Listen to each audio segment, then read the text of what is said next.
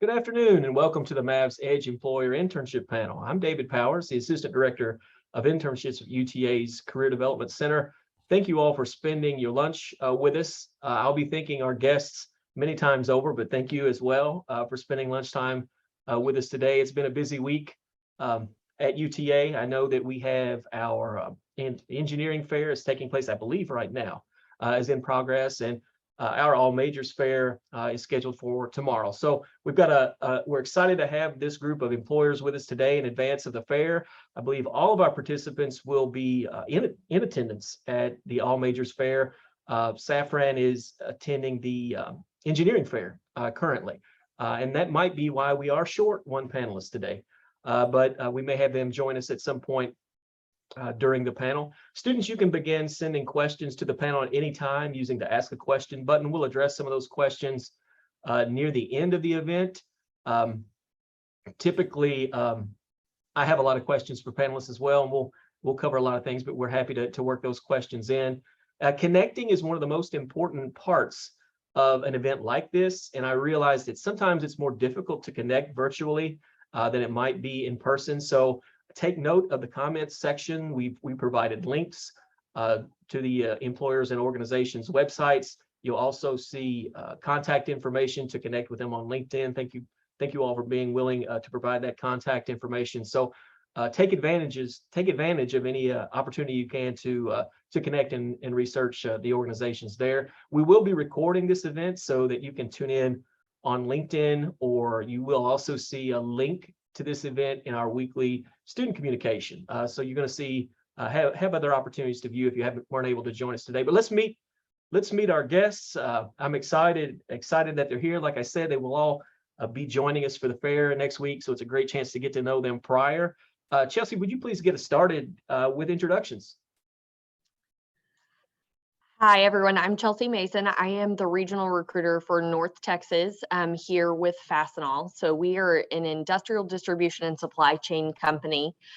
So I kind of jokingly say that we're the Costco for businesses, so they can come to us for anything they need as far as their expendable products. So that is what I do. I am recruiting consistently just for supply chain associates and account specialists, and we have over 3,000 locations in the U.S., so there is always opportunity with us.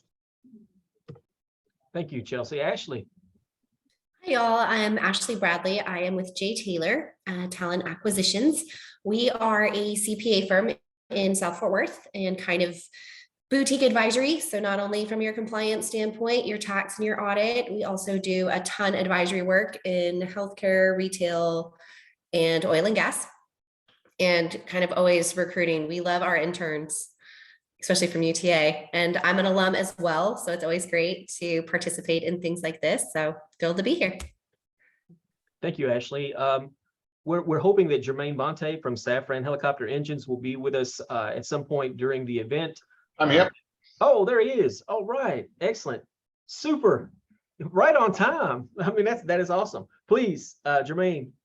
So I'm Jermaine Ball. I'm the head of commercial and business operations for Safran. Safran is an aerospace company. We do everything from an aircraft engine to a helicopter engine, or electrical cables, passenger seats, pretty much everything on an airplane apart from the airplane.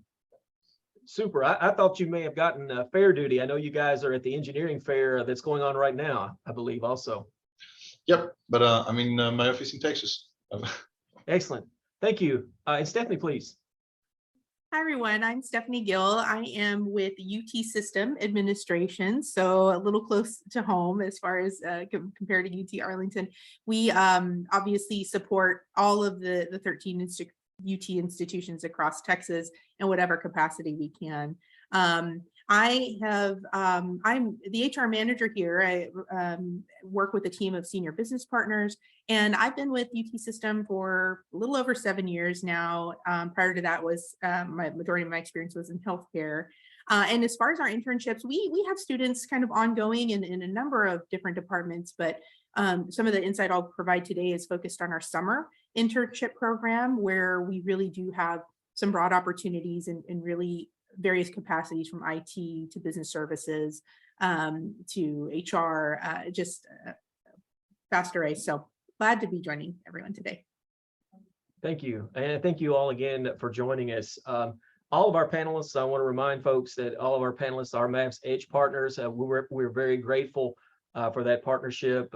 These employers have taken a special interest in UTA students and are assisting us, with things like placement data. And again, we're just grateful for their partnership.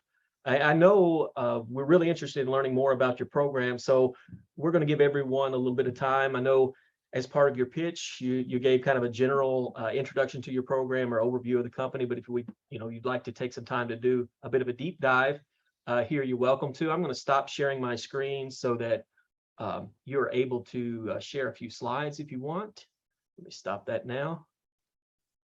And let's see, starting with the Fastenal. Chelsea, would you care to tell us a little more about the program, your company, and current needs? I know you gave us a bit of an introduction at the start.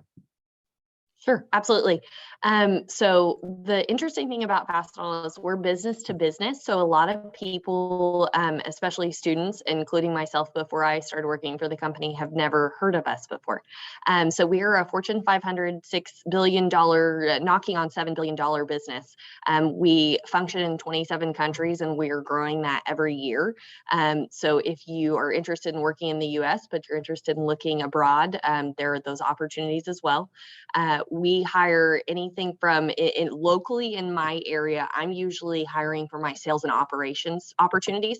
The really cool thing about that supply chain associate role is we run our internships through that. But the nice thing is when the students onboard with us, they don't offboard at 12 weeks if they choose not to. So they have the opportunity to stay on and work with us part-time ongoing once they finish that internship. So that internship is really nice too, because it's sales and operations based. It's 12 weeks and each week they focus on something new, whether that be sales or accounts receivable and payable, marketing, inventory management, all those different things. So they get to see the operational backside financial of a business, and then they actually work on the customer facing side and learn the sales pieces as well. Thank you. Ashley. So I'm with JTaylor, and with us being an accounting firm, our internships we do across the board. Spring, they are definitely looking for some tax interns, and our internships are 10 weeks. They start as soon as the year starts, January 3rd through April 19th. So as a tax intern, you definitely get to see things from start to finish. You get to experience the lovely tax deadline, and you are treated pretty much as a staff. You don't get any separation besides an extra little, obviously, let's throw as much information at you as we can in the first 5 weeks so you can learn to do a tax return. But our team is really great about incorporating everybody and making sure that the firm as a whole, yeah, you're here, but you're not just an intern. And we've even been fortunate. One of our spring interns last year from UTA stayed with us part-time through the summer, through the fall, while he's working on his master's. So he's been great to have around. And we also do audit internships in the spring. And we will also be looking for financial interns in our consulting division for the summer. So we've got lots and lots of openings. We're local. So we are just off of Hewlin and 20, and love to share some more. Thank you. Jermaine, anytime I think, see your opportunities pop up, I think about that site visit that we had. Still excited. I know our group was excited to get out there. Would you like to give an overview of your program's opportunities? Absolutely. So Safran Group is a 100,000 employees organization. We are in about 100 different countries worldwide. You can tell by my accent, I was born in France. I worked in India, in the group in finance, in UK, in commercial. Today I'm in the US in operations. So we offer a variety of internships from HR to production, to mechanical engineer, design engineer, support engineer, commercial, marketing. So pretty much all the departments. And then there's a lot of job opportunities after that. And if you don't like where you are, well, it's a big group. So you can do like me, you can move from one country to another. We are big about mobility, and we have our own academy, university. Actually, we got 3, but one in Singapore, one in Texas, and one in Paris in France. So that's how we develop our own employees and forced mobility to gain more cultural oversight, overview. Thank you, sir.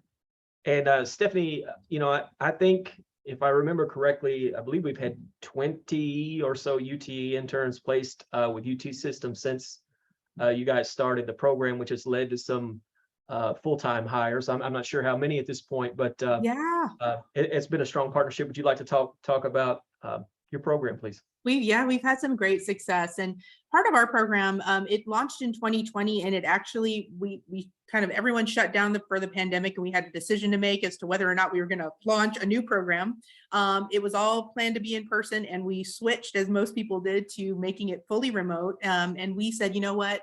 Students are losing internship opportunities because of what the pandemic is offering. We don't want to contribute to that. And so we plowed ahead, and we're really happy with the outcome. We started in 2020 with 16 interns in our program, and last cohort was at, I think, 35 or 36. So we're continuing to grow the program, and it's based at UT System Administration. So our home base is in Austin at the corporate location. We are about 430 employees large at the system admin office, and our program is a 10-week paid internship where we offer kind of 3 levels of, it's based on kind of 3 components. So project-based work experience. We have a professional development component, which is about half of what we incorporate into each intern's experience. And then we also a mentor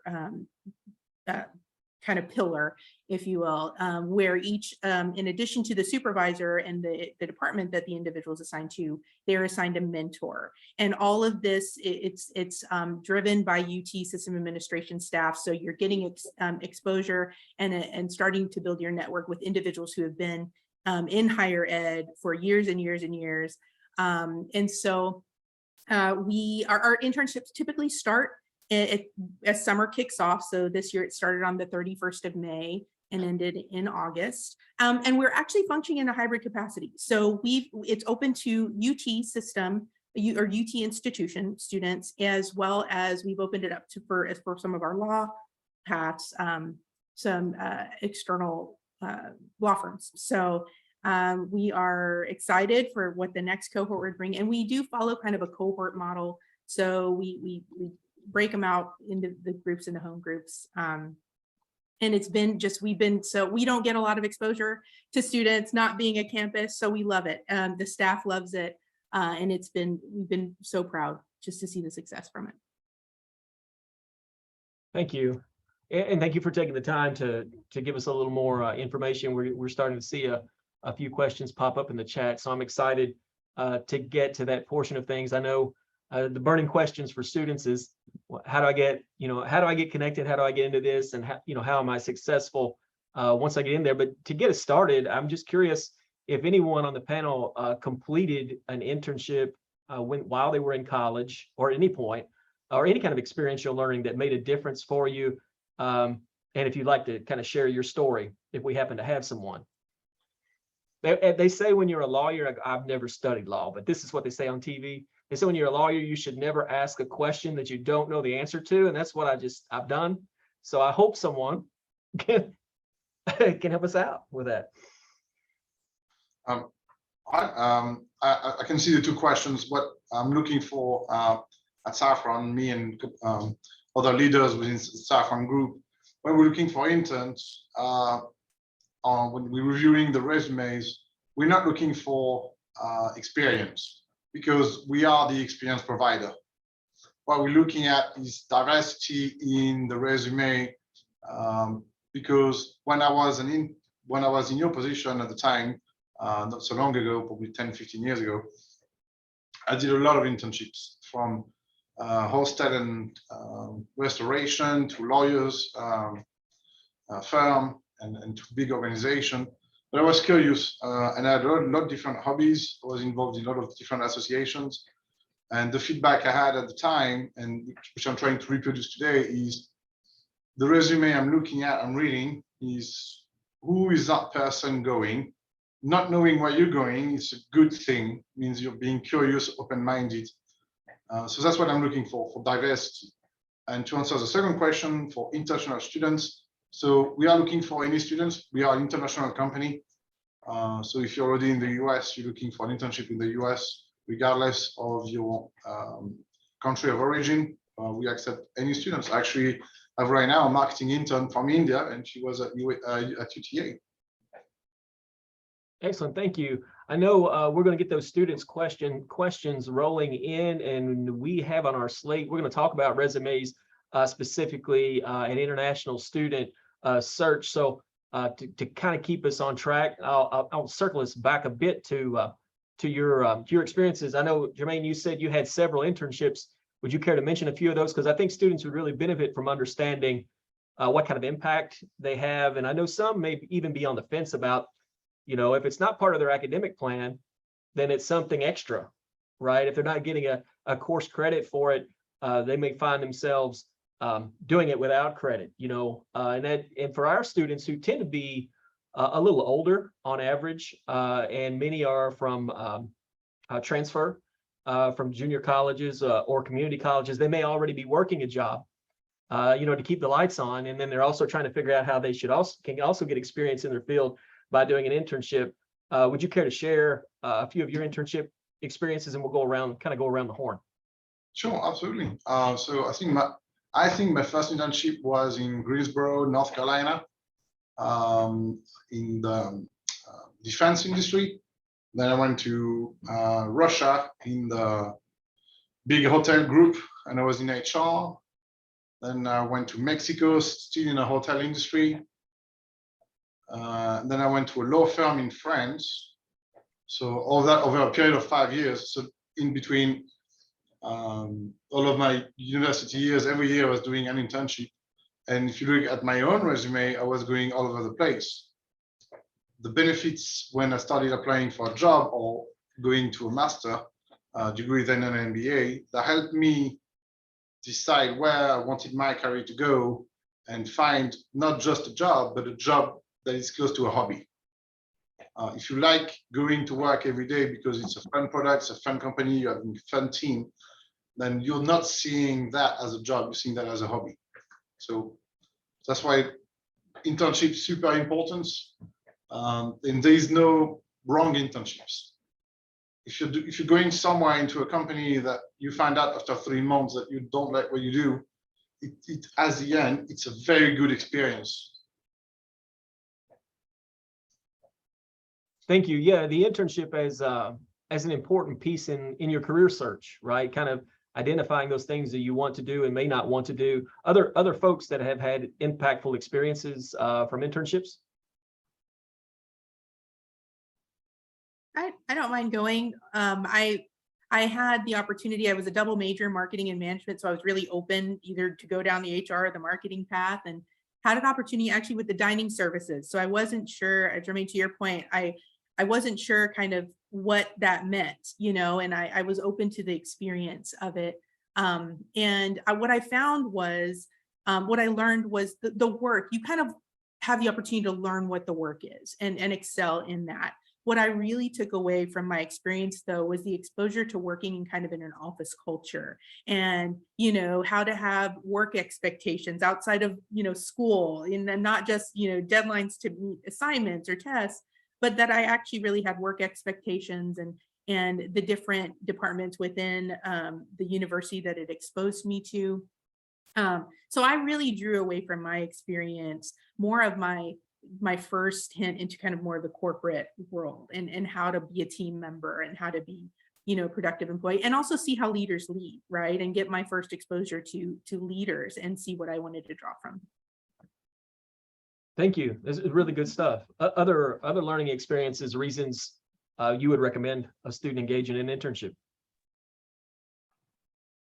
Well, and I can share, I personally did not have an internship. I really wish I had, to kind of get more exposure into, to kind of Stephanie's point, the professional environment, you know, and to David, what you mentioned earlier, you know, I worked a full-time job while going to school. I was a transfer student, spent my last 2 years at UTA, and it was you know, you're trying to figure out, okay, do I stop working this one job that is now paying my tuition to try to get an internship? And it's a really hard decision to make. And the conversations I have with students is, you know, most of the time they'll list if they are paid. Ours are for sure to kind of figure out what that looks like for y'all. And if it's ours is, I mean, obviously full-time during the day, so it's harder to take classes or you have to lessen classes, but it's about the exposure. It's about learning if you love it or you don't. And especially with us being in the accounting industry, you are either going to love tax or you are going to hate tax. Like it's really kind of one way or the other. And those that love it, and they figure it out their junior year, their senior year, and then they are good to go because they've realized what their passion is.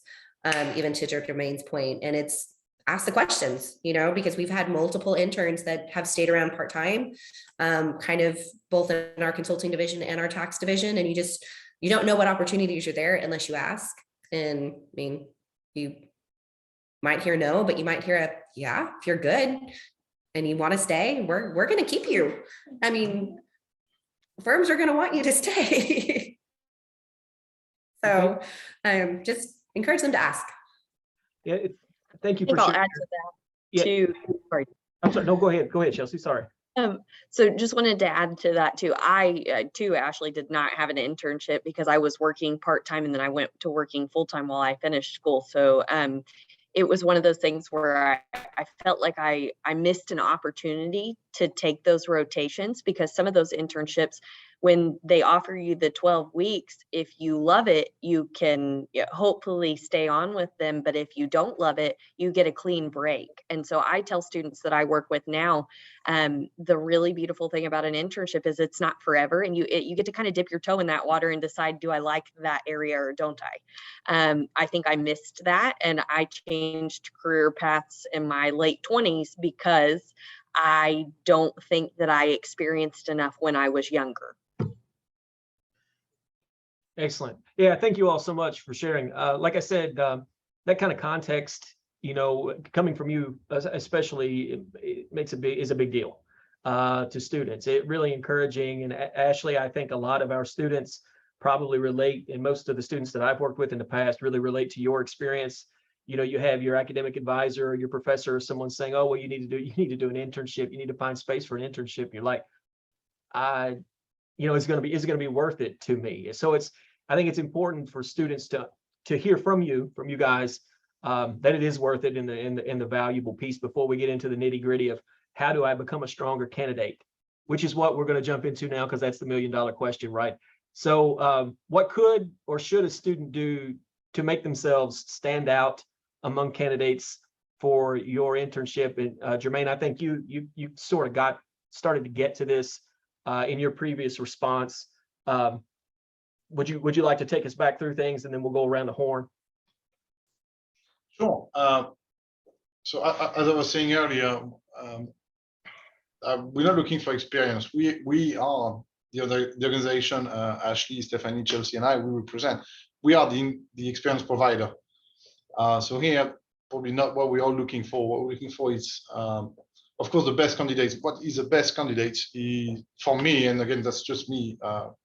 But yes, representing Safran, but as me as a person, what I'm looking for is on resume or during an interview is the curiosity, the level of curiosity. I like reading books, but also like riding bulls. Every hobby is good. So where are you looking at on your personal life? Because I can't judge you on your professional life because you're starting yours. And the second, what I'm looking at is the team spirit, working in a collaborative environment is very important, because Safran is an international company, and we work a lot with people in France, UK, Mexico, Canada. So it's what is the fit? What would be? I have to determine what would be your daily interactions with different cultures, with different people. So it's really different hobbies you might have. How you interact with people, and your interest to other cultures, company cultures, interpersonal cultures, and so a lot of soft skills, mainly. Thank you. Other thoughts on standing out? Ashley? I would say, looking, depending on what job you're applying for, if it is something more specific, taking a look at what the requirements are, because like, unfortunately with us doing what we do, you can't be a finance major and do tax. Like, it's just unfortunately not going to work.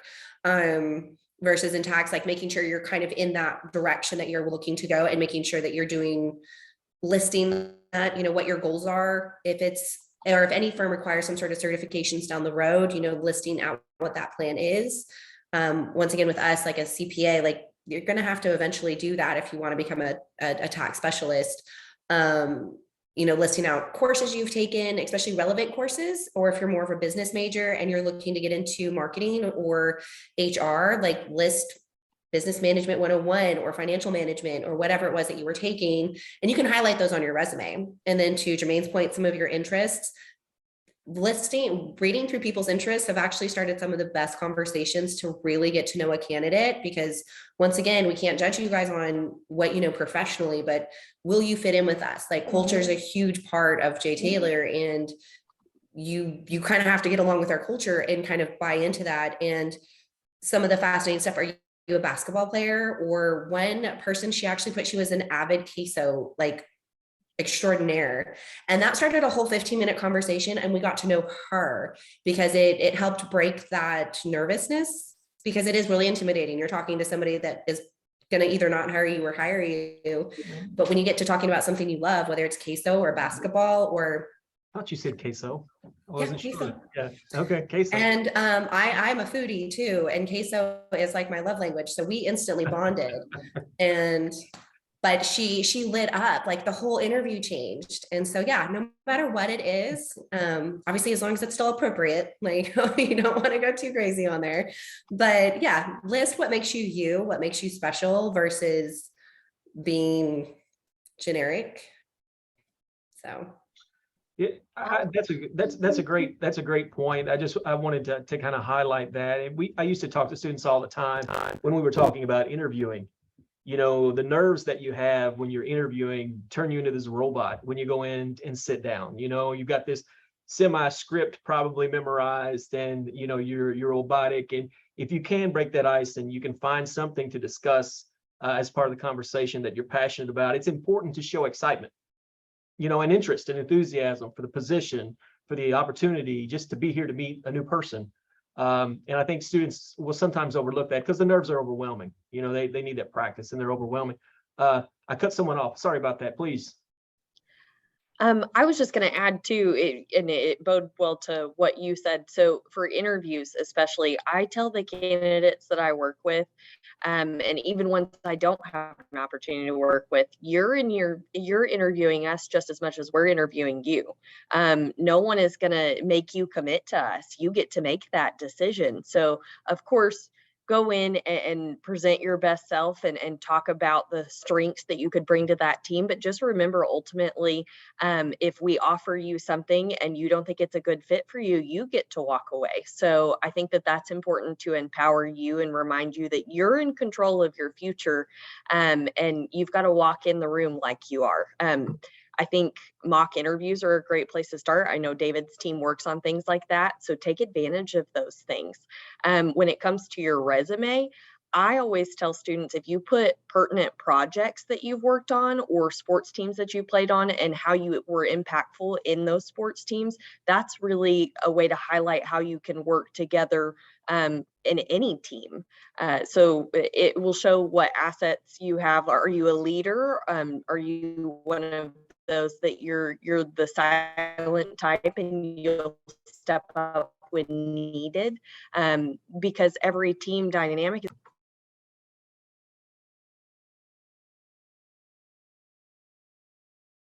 Having a little bit of technical difficulties on my end. I think the last part of your response, Chelsea, you care to repeat that last piece once again?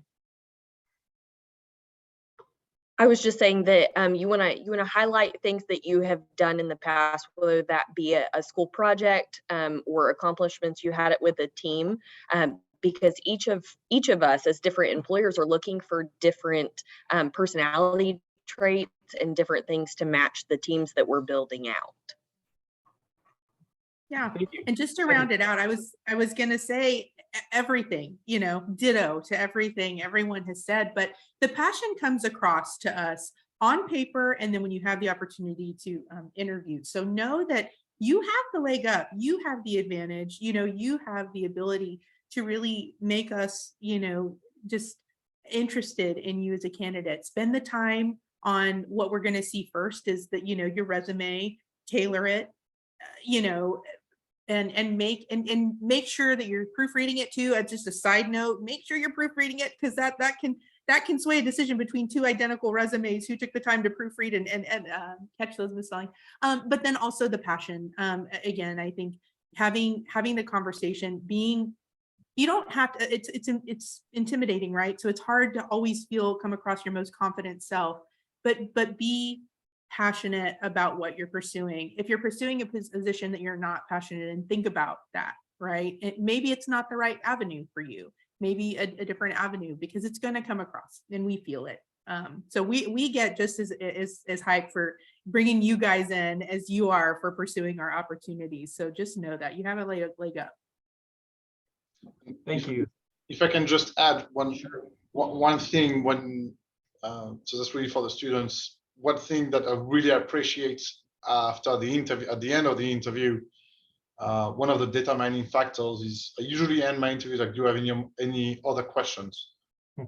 The best question you could ask is, how was my interview? You're young, you're here to learn. And the best way to demonstrate that you want to learn is to work on yourself. And I apply to jobs internally in my company, and I still today ask the question. I'm today at 33, I still want to learn. So I continue asking at each interview, how was my interview? I want to work on myself, on my weaknesses and stuff I said that I shouldn't have said, and so on. And ask for direct live feedback. Your interviewer will really appreciate that, and will give you live feedback.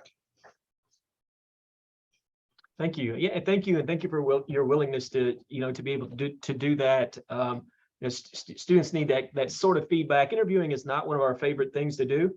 I mean, so we don't get a lot of practice doing it. And a lot of times, folks' first interview might be their first interview, and that's not a position that you want to be in. I mean, you do need to practice in someone to provide some feedback, or record yourself interviewing. That's painful for me personally to watch. But you'll see all kinds of things pop out during those recordings. I was speaking with a group of students yesterday at the Prepare for the Fair event, and we had one of our little sessions or stops in the event is their pitch. And I had a group of students come over and talk to me following their pitch.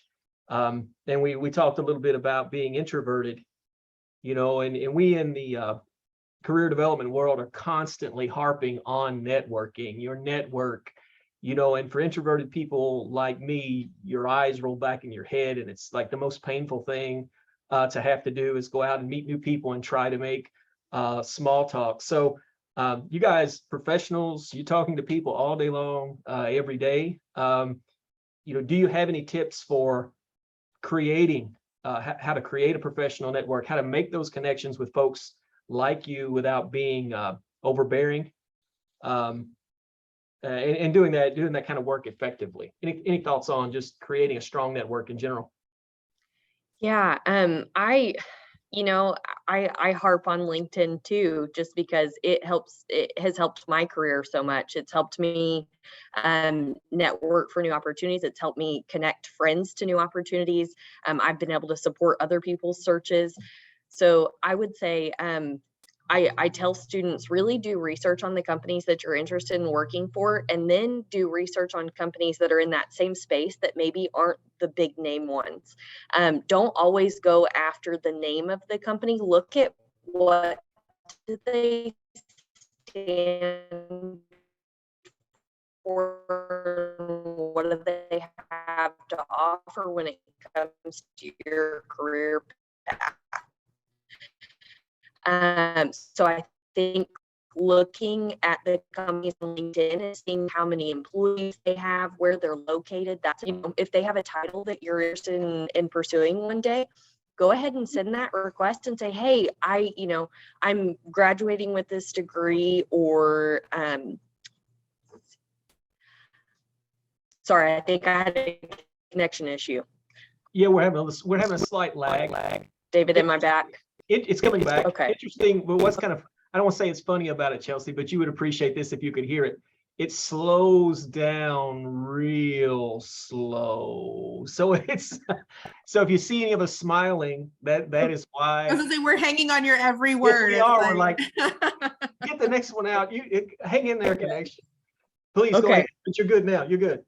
Hopefully I will hold this one. So anyway, just say with LinkedIn, make sure that you are adding people that are in different roles that you're interested in pursuing one day, and asking them like, hey, how do you like your job? How did you get to that role? Start exploring those opportunities early. And a lot of the professionals you're going to message, I would say for me, when I did that before I was graduating, I would say about 70% answered me. So us as professionals, we want the next generation that, we want you to be passionate. We want you to be questioning things and exploring opportunities. So we're going to give you the tools to, make the right decision if we can. Thank you. Yeah. Other thoughts about all really good stuff. Other thoughts about networking. I mean, the statistic we throw out is 80% of positions are filled without necessarily being advertised, and we throw that out to say your network is so important. So again, I know students really struggle with that. Any other thoughts on, starting to establish a network or just best practices? Even using the handshake. I've had people who had questions around the internship, and I know it's really hard to apply for something if you don't feel like you're qualified for. If you're like, oh, like I don't have that. But the people that do reach out to me and they're, hey, do you have 15 minutes to answer some questions? I am more than happy to answer those questions to kind of help further you along, because then if it's not us, where can we direct you? And to Chelsea's point, it's like, we've been in the industry for a long time. We know, hopefully we know a lot of people. And if it's not us, then who can we connect you with? And even giving them pointers, but like, hey, don't say that. Let's say it this way, to hopefully maybe that gets better. But then even knowing that every time you do interview, you hopefully are leaving some sort of an impression, and we may not choose you right now, but that doesn't mean if in 3 years I see you pop up on my LinkedIn, I was like, that was a really good interview, but unfortunately he got beat out by somebody who was more qualified or a better fit for the role. And it's come back to, make another job placement. And to David's point, being able to fill something because they like a post on LinkedIn and you're like, I remember that name. Who was that? And so staying connected that way. And then from a LinkedIn perspective, connecting with them, just introducing yourself, but liking things that you're interested in, joining different groups. The more active you are on LinkedIn, that just from the analytics that build out of that, more people are going to see you and be interactive with you. So if you leave a comment, obviously make sure it's a comment that you would want, if we screenshotted it and put it on your resume, making sure that it's something that you could back up, because something like that could also kill your career, because it is public and it's out there forever. So being very conscious of what's going out there when you are trying to build it, but putting yourself in connections with like-minded people, whether from an industry or just a position standpoint. Great stuff. Other thoughts on connecting? One more piece on the networking before we leave, since it is fair season, kind of a role play. I've been standing in line for 20 minutes to speak to you at the fair, and I have, I don't know, how much do I have? 30 seconds, 10 seconds? I don't know. I know you guys you're hanging in there. You've had the same conversation with 45, 55, 65, 100 students. So what do you want to hear from me in that short amount of time that I have with you at a fair? I mean, what basics are you looking for? I hear students ask that question over and over, and I think it would carry a lot of weight coming from the group. Anyone have any thoughts on what they want to hear as part of an elevator pitch?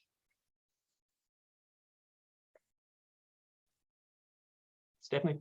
I think so. We actually build that into some of the professional development in our program just because we feel like it's so important.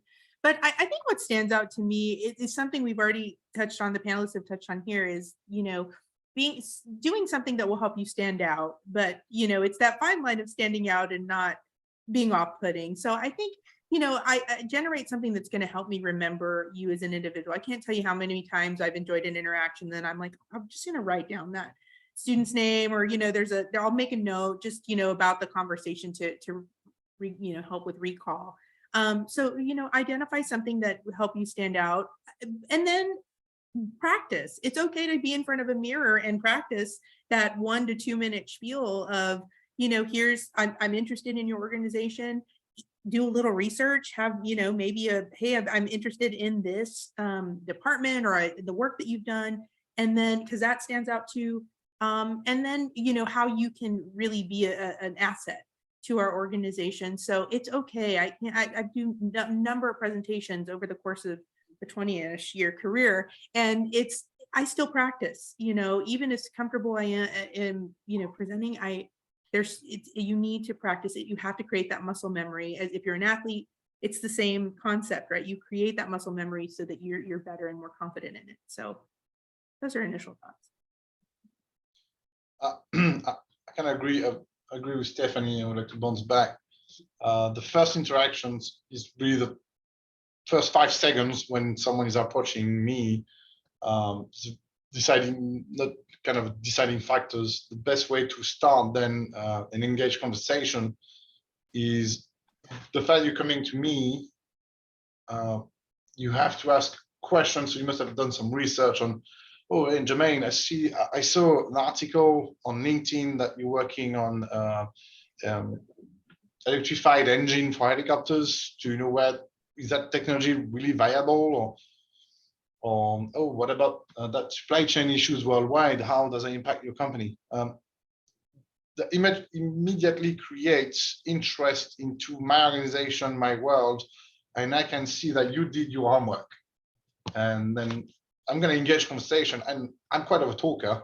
So you're not going to have 30 seconds with me. If your question is pertinent and linked directly to my business, I'm going to stay with you for the whole 30 minutes. Yeah, that's good. I think that's good for students to hear and understand as well, because I know it feels rushed. You've got that line behind you, and you get the tired person whose eyes might have glazed over just a little bit because it is a long day. So important to know. Any other tips to include in a pitch before we move on?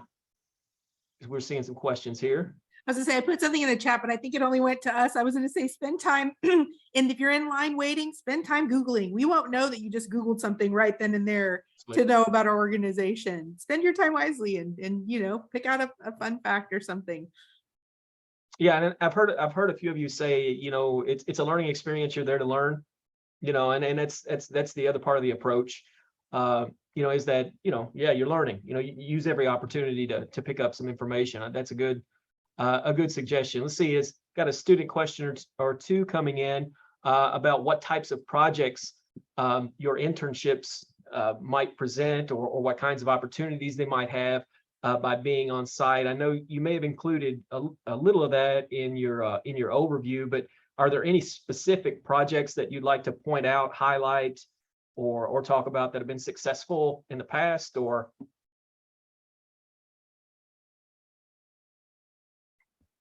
I can go first. Kind of depending on the division that you work in, obviously different levels of projects. So our tax interns, for example, we do a lot of partnership client work, so partnerships returns, but then also some of the advisory side of things, taking that step kind of a step further. In our audit group, they get to participate if you're a spring internship on for-profit audits, forensic investigations. And in the summertime, they work with a lot of nonprofits and some research in that side of things. So trying to get you as much exposure as possible to the different areas that fall within busy seasons. But then also kind of taking it a step beyond the compliance side of things. We participate a lot in our community. So we make it a point in our internships, okay, let's get you connected into the community.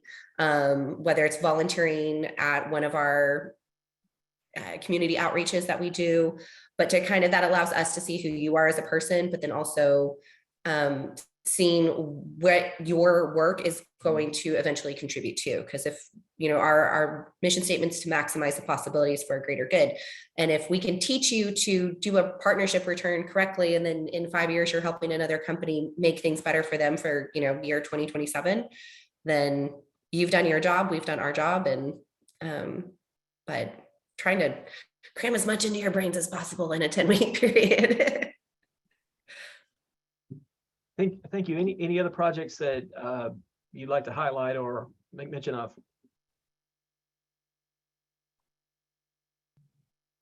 I do. So I will say each of our interns, because it's sales and operations, if you are going a certain direction, we can link you up with whatever specialty that may be. So for instance, like Lean Six Sigma, we have a lean team that can actually help you through a project. So you'll learn all of the different things in the branch, but you can also function inside of a project with one of our specialists that doesn't work in the branches. So we give you that exposure as well, and it can be different for just about any major. Thank you. I'll allow a little bit more awkward wait time if anyone else wants to throw out a project.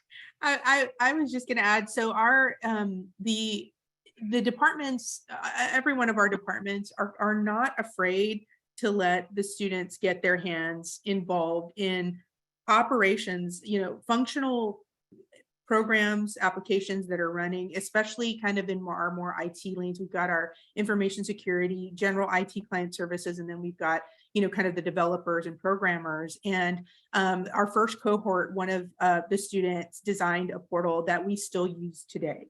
So they are really excited about new and innovative ideas. Nobody shies away from it. Similar to, I think Chelsea mentioned that they partner with, and even Ashley, I think you mentioned, you have partner opportunities. So nobody will ever leave anyone afloat. You always have the expertise to lean on.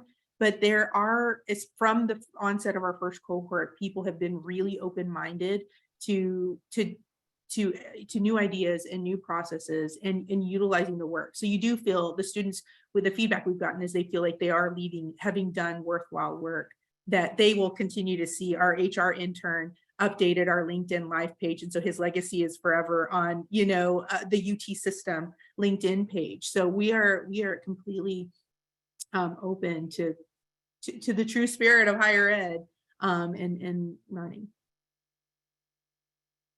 Thank you. Getting some student questions here. So we'll move along and get to a couple of these. Pretty basic. This one's a pretty basic question. I think we can go around pretty quickly and answer is what year or I guess you could say grade level are you looking for in students? What level of education should they have completed before they'd be eligible for an internship with you? We'll just go around to Ashley. Would you like to start us? Yes, so with us, junior, senior year, unless you're in the master's program. And then so obviously going into that, sophomores usually don't quite work out just from a level of knowledge. So junior, seniors, or masters. Thank you. Chelsea? We don't have to have any experience for our internship. So, and you don't have to have any classwork actually done. So really from the time you're in your freshman year, and I did not mention this earlier, our internship does not have a hard and fast start and stop date. It's set up as a 12-week internship, but it does not have to run consecutive with spring, fall, or summer. So we can kind of blend it across. We just have to make sure that that lines up with your school's requirements to get you credit. Thank you. Jermaine? Gonna be like Chelsea. We not necessarily looking for particular level. It really depends on the internships that is being published. Usually engineer internships, we're looking at bachelor degree, undergrad. Then after, for me, in my marketing team or commercial team, it's really any levels. Thank you, Stephanie. Yeah, and for us, our eligibility requirements are both undergrad and graduate. So we take both. Actually, graduate outnumbered undergrad this past cohort. So undergrad students have to have at least 2 academic semesters of coursework under their belt, and for graduates, at least 1 academic semester of graduate coursework. So fairly open from sophomore for undergrads up, and then graduate students. Thank you. An interesting question I've been seeing is when's the best time to pursue an internship? Or I guess a better question for the group would be, when are your hot recruitment periods? When are you out and about? When should students be looking for you? That sort of thing. Anyone like to take that one? All year long. Okay, there we go. It's easy enough. We'll get some more questions then, right? Yeah, all year long. Anyone else, please? We start taking applications in January. Sorry, Ashley. January. Okay, super. Ours are more, I guess, traditional. We recruit in the fall for our spring and summer of the following year. And spring, we will sometimes recruit for summer if we have any last minute openings, but then also kind of the following spring, which just really boggles my mind when I'm recruiting for somebody for 2024. But it just sometimes, but usually fall is going to be our primary recruiting season.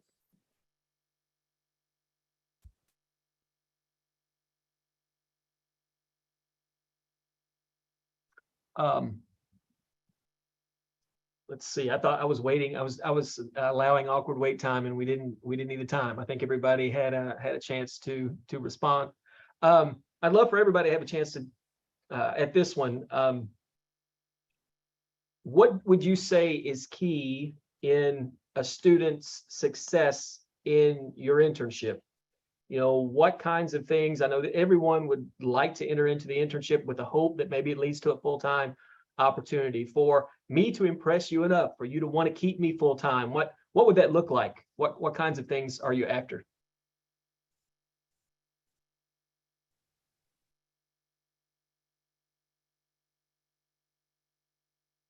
I think that we've probably all said this. Sorry, Jermaine. Being open-minded and being curious is really important. Like that excitement to learn, and being passionate. That, like Stephanie said earlier, in an interview, it comes across if you're not excited about that. So make sure you're picking the internships you're excited about so that you are looking forward to the learning process.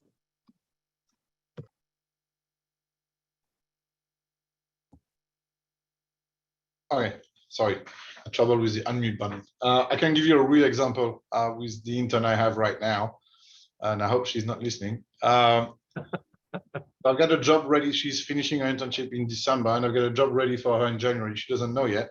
The determining factor was my team.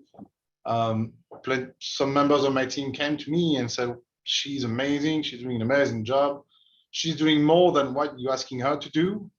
She's in marketing, but she offered to help on the production line because she saw that there were an overload.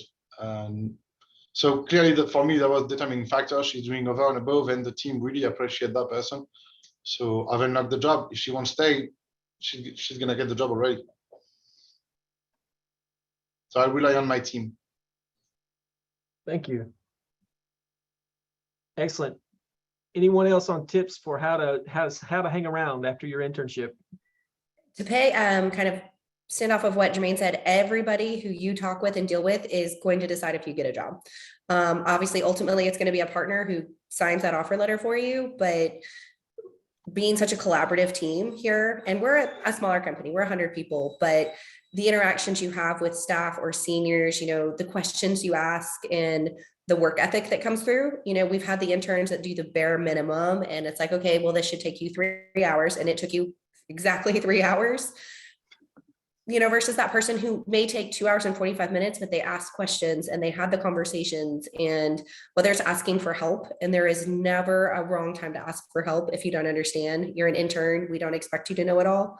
So just communicating and trying, because that's what we see. It may take you 6 months to get wrapped up, but we'd rather have somebody who wants to do it, who's interested in doing it, than somebody who doesn't. The pause, that was a great pause for effect. I wasn't sure if that was the technology or the pause, but that was really good. Who does? Who doesn't? Stephanie, I didn't know if you wanted to add anything there before we the only thing that comes to mind is we hired in our department an intern because he had an amazing Power BI skill set, and that's that analytics that it's like German to me, but he leveraged it, he learned it on his own, and he made himself valuable, right? So he sold really himself as an asset. And so I think if it's maybe it's not a part of your job, but you have a skill set that you really think could benefit the organization, offer it up and leverage it in places where you may not be asked to, and make yourself, an asset. You have the advantage of, you're being immersed into, new and innovative educate, like you're in the midst of being educated on new and innovative approaches, and you have the ability to just leverage that. So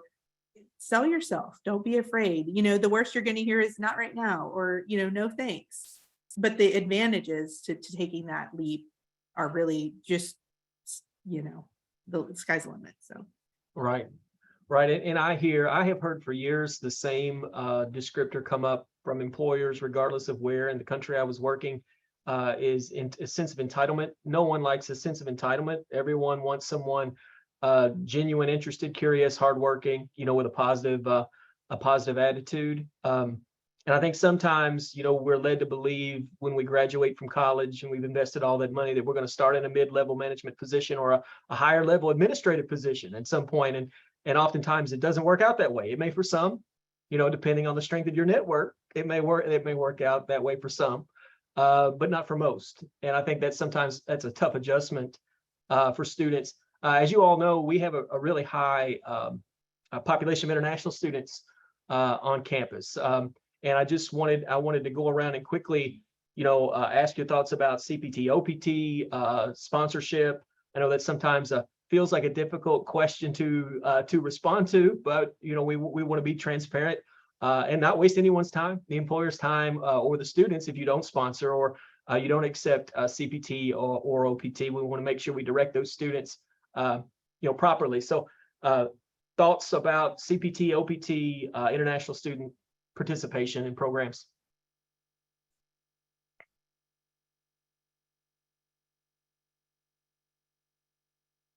We offer it and support it. We've been able to maneuver, because we're not a campus, but we've been able to maneuver being a part of the UT family, that we can work through an agreement with whatever institution. So, and I actually am in charge of working through that for international students. So we encourage international students to apply, and then if you're eventually offered the position, we get the ball rolling to make sure we get everything to fall in line accordingly with that. So. And I would say more than half, or about half of our cohort were international students. And it just, the level of diversity and just experience that it brings to the group made it just more rich. So. Thank you. Other policies around international hiring and opportunities? So far as on the internships, we don't really look actually, we're not looking from where you're coming from. We accept everybody. For current positions, for permanent positions, it depends on the position. Some positions requires to be US citizen because we do work with the government, but we also do a lot of work on the civil side. And for that, well, look at me, I'm French. So yes, we do offer sponsor if you get a job and it's not linked to the US government. Right. Thank you.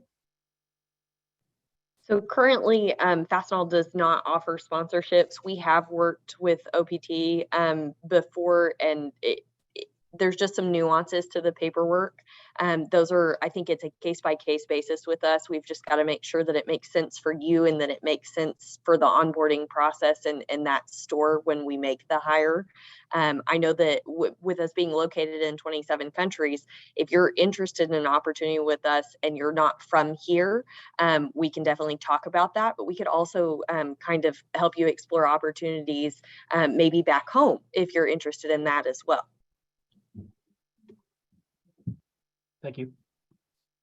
Just to wrap it up, right now, unfortunately, we can't do the sponsorship. It's things we're looking into, but to Chelsea's part, it's just a lot to try to figure out and navigate through. Excellent. Thank you. Really appreciate that. That's going to wrap up the questions, and I want to make sure that you guys hopefully you'll get a late lunch today. I want to be respectful of your time and give you that time back. Hopefully you get a chance to grab something. Really appreciate you being here. You've been a fantastic panel, a lot of great information. As I said, I got a lot of students asking, where they can see the recording, which is always a great sign. We are going to be posting that on LinkedIn, and we're going to be sending that to your email as a link. You can email us at mavsedge@uta.edu if you're not part of that distribution list, and we'll make sure that you get a recording. Look for all of these folks at the fairs. Look for their opportunities on handshakes. They are all Mavs Edge partners, and we're grateful for that. Thank you all again for your time. Thank you all for attending. And again, make sure you see the links in the comments section. Best of luck this semester. Thank you. Thank you, and see you next week. Thanks. Thank you.